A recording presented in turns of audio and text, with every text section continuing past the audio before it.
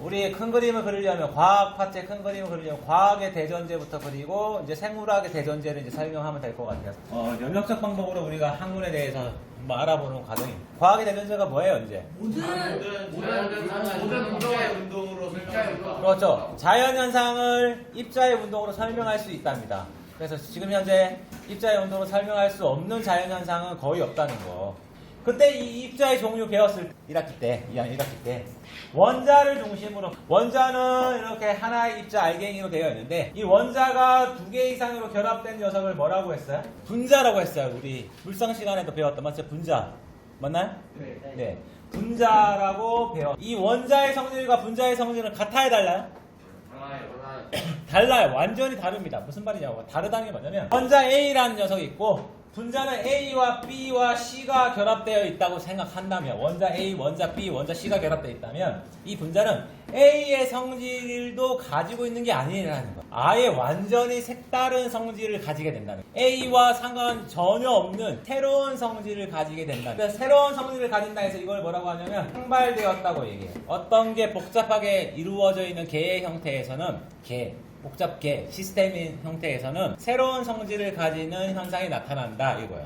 조직적인 현상. 대표적으로 뭐 여러 가지 뭐. 그러면 잘 봐요. 이거는 물리학의 기본 구조야. 어떻게 보면 조금 더 작은 구조가 있지만 얘가 물리학이라고 한다면 분자는 화학의 가장 작은 기본 단위라고 얘기할 수 있어요. 화학 파트에서는 분자를 공부하는 거야. 여러 분자들을. 분자는 어떻고 저 분자는 어떻고 이제 우리가 지금 배워야 할 단어는 생물 파트. 생물은 뭐냐면 분자들이 또 여러 시스템을 가지게 됩니다. 생명 현상이 나타나요. 얘는 분자가 가지고 있던 성질과 다른 새로운 현상. 쉽게 말하면 분자가 가지고 있던 성질은 뭐 광물 이런 건데 생명체와 완전 다르잖아. 생명체는 우리 생각해봐. 우리 사람의 경우 혼자 판단하고 의식도 있고 생각하는데 분자에서는 그런 게 없어.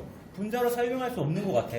어떻게 의식하고 어떻게 판단 내리고 생각하는지 분자로는 설명할 수 없는 거. 작은 소기관들로도 설명할 수 없다는 겁니다. 뭔가 또 새로운 현상이 나타나요. 얘로는 전혀 설명할 수 없는 새로운 현상이 나타나요. 이걸 뭐라고 해요? 또 창발이라고 얘기할 수 있어요. 창발이라는 게 뭔가 복잡하게 조직되어 있을 때 새롭게 새로운 성질을 가지는 현상을 창발이라고 생각하고, 그럼 이때 또 이 창발로 나타나는 현상의 가장 기본 단위 구조를 알아야 되는 학문이 있겠죠. 그게 뭘까요, 그러면?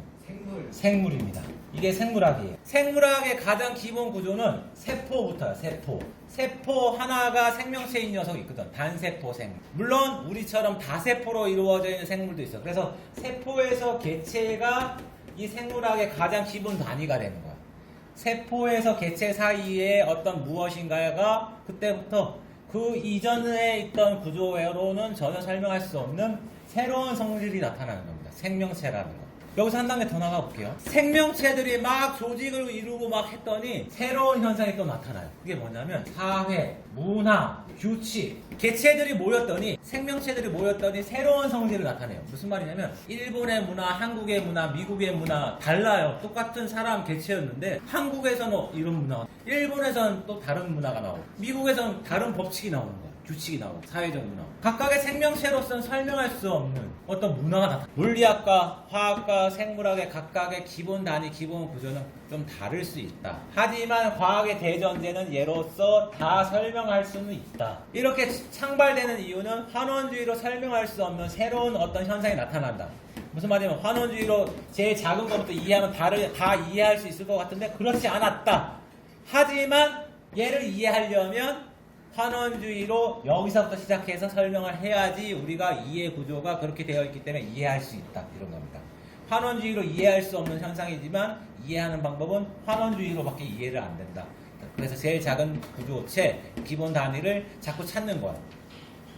정리하자면 생물학의 기본 구조는 세포예요. 화학의 기본 구조는 분자고, 물리학의 기본 구조는 원자하면서 더 작은 입자들이 있어요. 따라서 우리는 세포부터 시작을 해야 될 것 같아요. 세포. 이해됐습니까? 따라서 이제 생물 파트는 세포부터 시작되는 학문이다. 이해하면 되겠어요. 세포보다 더 작은 입자들 분명히 존재하지만 그때부터는 생명 현상이 안 나타나는 현상이 있다. 알아두면 되겠어요. 그럼 이 큰 그림 이제 얘기했고, 과학이라는 큰 그림.